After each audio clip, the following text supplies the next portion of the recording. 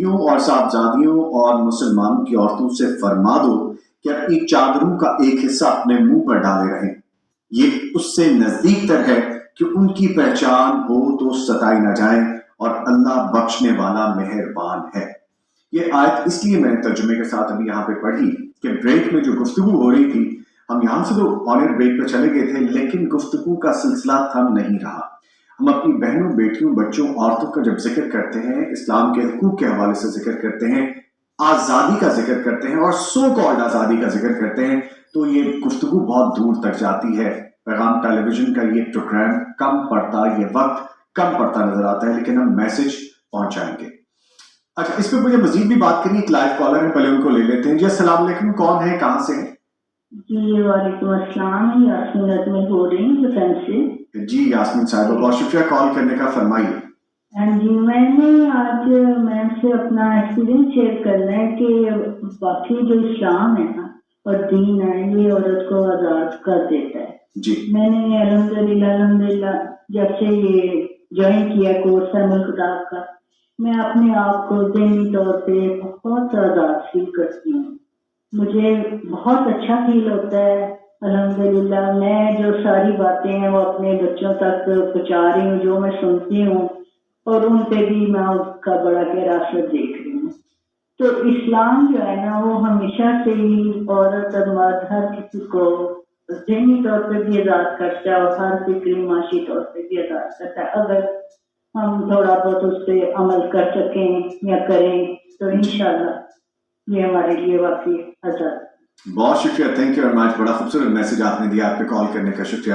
اس گفتگو کے ساتھ ہی میں یہ بھی گفتگو کرنا چاہوں گا میم، وہ واقعہ آپ کو یاد ہے، ایک اسکول کا واقعہ ہے جس میں جیسے میم سے ابھی ہم بات بھی کر رہے تھے ٹرانسجینڈر کے حوالے سے، ایک صاحب جو مینجمنٹ میں تھے کچھ دن پہلے تک مرد بن کے آتے، ٹیچر، ہمارے لاہور کا بڑا لیڈ اسکول ہے جی، اور وہاں پر ایک بچی ہمارے ساتھ بیٹھی ہوئی تھی، پچھلے رمضان کی بات ہے، کیوں کہتی ہے کہ ہم بہت پریشان ہیں کہ ایک سر جو ہمارے پچھلے ہفتے تک کچھ دن پہلے تک ہمارے اسکول میں میل ڈکلیئر تھے اور وہ میل ڈریس بھی آتے تھے، اب انہوں نے 2 ٹیچرز ایسے ہیں جنہوں نے گھگھرے پہننا شروع کر دی ہیں۔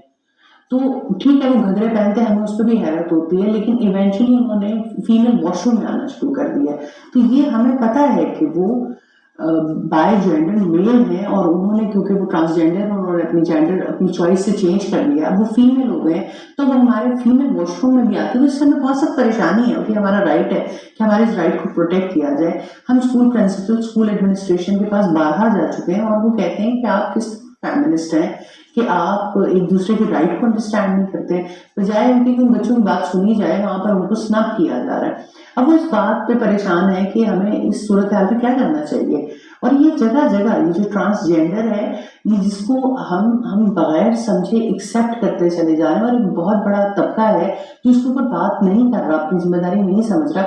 ایک خاتون سے ملاقات ہوئی ہالینڈ کی، انہوں نے کہا کہ آپ یہاں پر 4-5 جینڈرز ہونے پہ پریشان ہیں، ہمارے وہاں پر ہمیں ہر کچھ عرصے کے بعد اسکول سے پراپر مینولز آتے ہیں جو ہم نے ریڈ کرنے ہوتے ہیں، اپنے بچوں کو ان کے اوپر ایجوکیٹ کیا جاتا ہے، تو ہمارے وہاں پر تو 3700 جینڈرز اناؤنسڈ ہے۔ ہمارے لیے بہت شاکنگ تھا یہ سننا، 3700 جینڈرز۔ اس کا مطلب یہ ہے کہ اگر آپ ایک ڈاگ کی طرح زندگی گزارنا چاہتے ہیں اور یو فیل لائک تو آپ ایک ڈاگ ہو سکتے ہیں، اگر آپ ایک پینسل کی طرح زندگی گزارنا چاہتے ہیں تو آپ ایک پینسل ہو سکتے ہیں۔ یعنی یہ جو طوفان ہے یہ رکنے والا نہیں ہے کہیں۔ ہم جب ملٹی کلچرل سوسائٹیز میں موو کرتے ہیں، ان کو اسٹڈی کرتے ہیں، تو ہمیں پتہ چلتا ہے تعلیم ہی وہ چیز، ہم بار بار بات کرتے ہیں جو تعلیم ہی وہ چیز ہے جہاں سے آپ کا مائنڈ میک یا بریک کیا جاتا ہے۔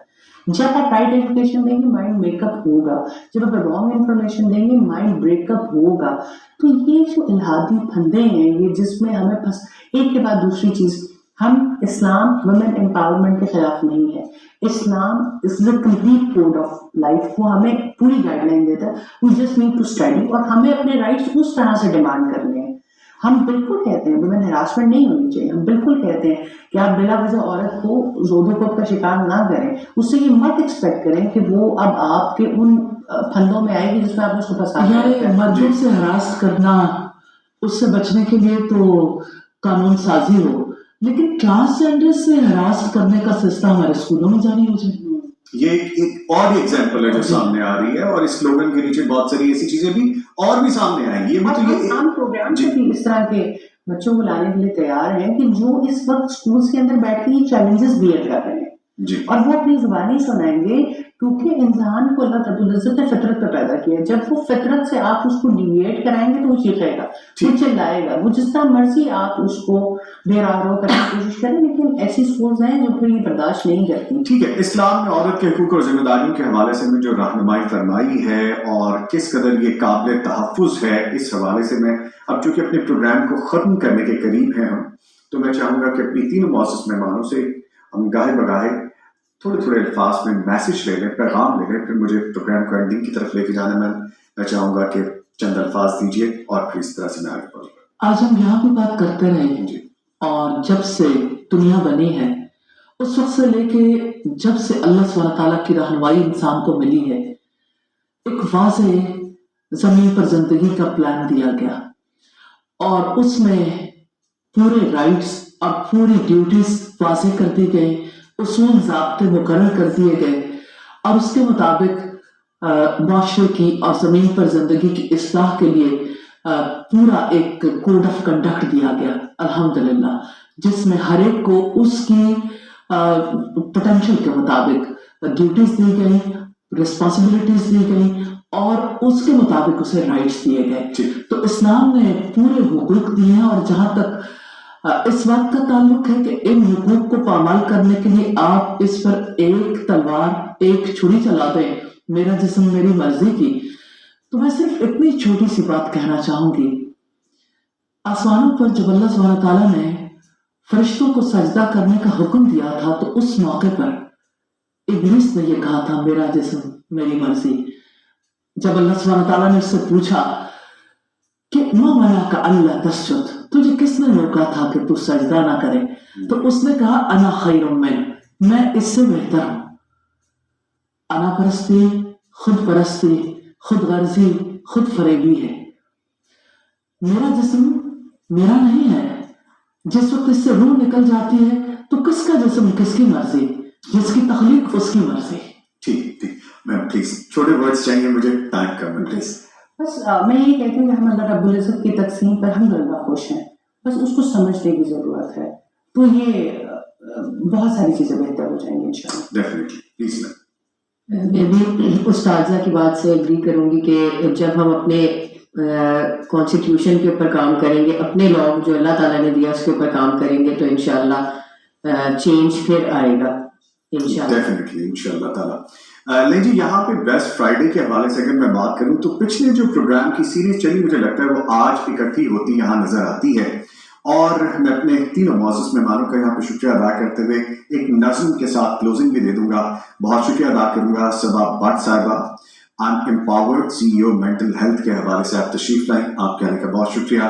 فائزہ خان صاحبہ، ڈائریکٹر النور ویلفیئر فاؤنڈیشن، میم آپ آئیں، آپ کے بھی آنے کا بہت شکریہ.